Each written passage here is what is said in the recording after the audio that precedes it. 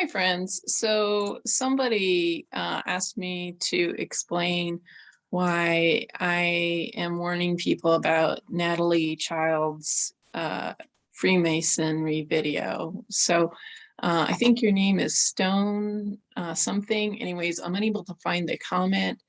So I think that person's comment was scrubbed along with my comment about Natalie Child. Now, look at it. So this Altiyan, there's only one recorded listing of this name in all of the database I looked at. So this person, this Mason, is Natalie and Child. Okay, what do the Freemasons do? What do the Illuminati do? Okay, hidden in plain sight. So when somebody says they're an ex-CIA, I did a video, an ex-CIA, ex-Mason, they're still a Mason. You don't get away from it. And so at the beginning, and if you look at his video, if you look at his picture, he's doing the Freemasonic holding the chin kind of a thing. He's wearing black, he's wearing white, which is a Freemasonic checkerboard polarity kind of a thing. And I realized, I mean, I was sharing this video. I was, I shared it. I mean, who knows, thousands of views probably were led to this deceiver because of me. It's a 5-hour long video. Now what this is this is the lamb, the dead lamb pose. And you see this a lot. A lot of the movie stars do this disgusting pose.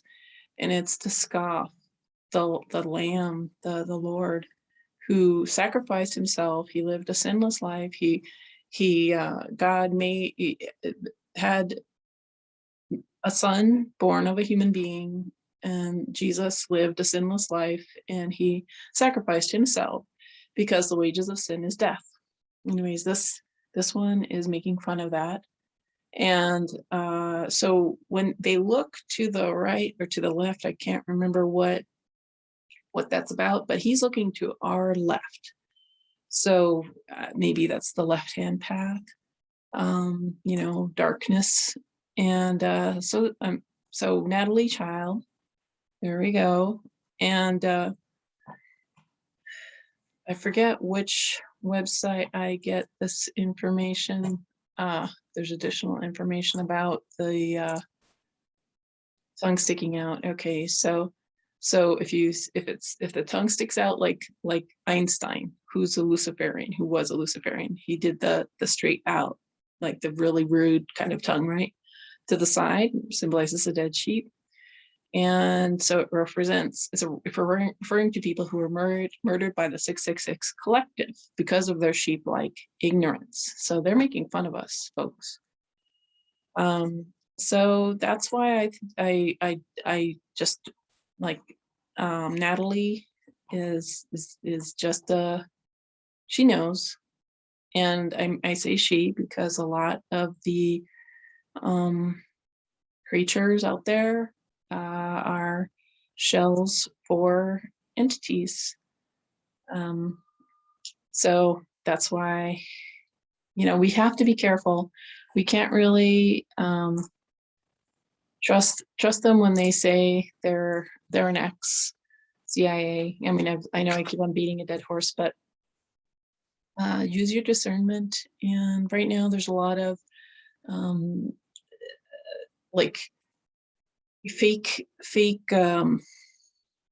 it's a combination, actually, like, because Natalie gives some good information. Other people that I just did a video about, they give good information, but within that information is something poisonous. Like Mike Adams, today's it's October 11th, his podcast is so poisonous because he's saying that people who don't want to work in these abusive work environments, the entry-level work is horrible. There's the amount of abuse that somebody has to go through is just not worth it.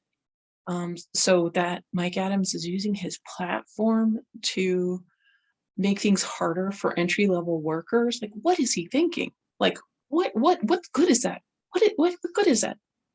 Is that, I mean, like OSHA isn't doing its job, Bureau of Labor and Industry isn't doing its job, and they haven't been doing their job. They're barely doing the job. I mean, I guess Bureau of Labor and Industry did a better job when I had to interact with them, but most government regulatory agencies are not protecting employees, and employers certainly are not protecting employees. And just because you might get them, you might take care of your employees, you're probably one out of out of all of them or something like that. Oh, I just think it's so despicable when somebody who is privileged and sheltered uses their platform to bash the most vulnerable and the most important group of people.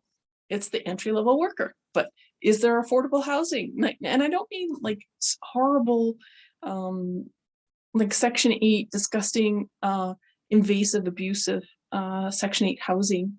No, there should be affordable housing that somebody could pay that works in an entry-level job. They shouldn't have to be on welfare to afford your housing. And a lot of people, they own property and they expect you to pay $2,000 or something for a total slum house.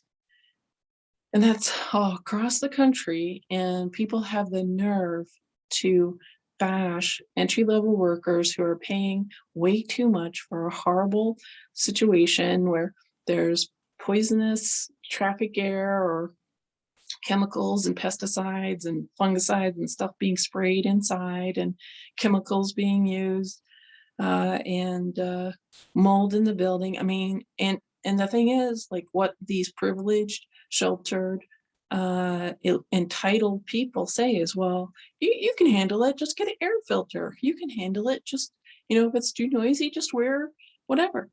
And the thing is, these shelter privileged people, they're not subjected to the same quality reducing aspects of life that an entry-level worker has.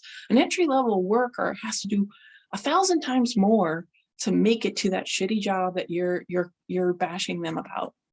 That's the thing. Like that's what I've observed when I was this entry-level worker, is that the privileged person lives in this gated community and they have their fancy car and they have all this like social leverage, and they just get they don't even have to pay for stuff because people just want them there. So but when you're an entry-level worker, you're treated like crap by your boss, by customers, by the whoever, and you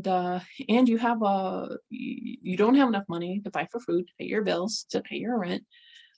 Your living situation and your transportation situation is crappy. So anyway, so my guidance, watch out for that guy, because he's poisoning things, he's dividing things, and just like this Natalie person. So yeah, watch out.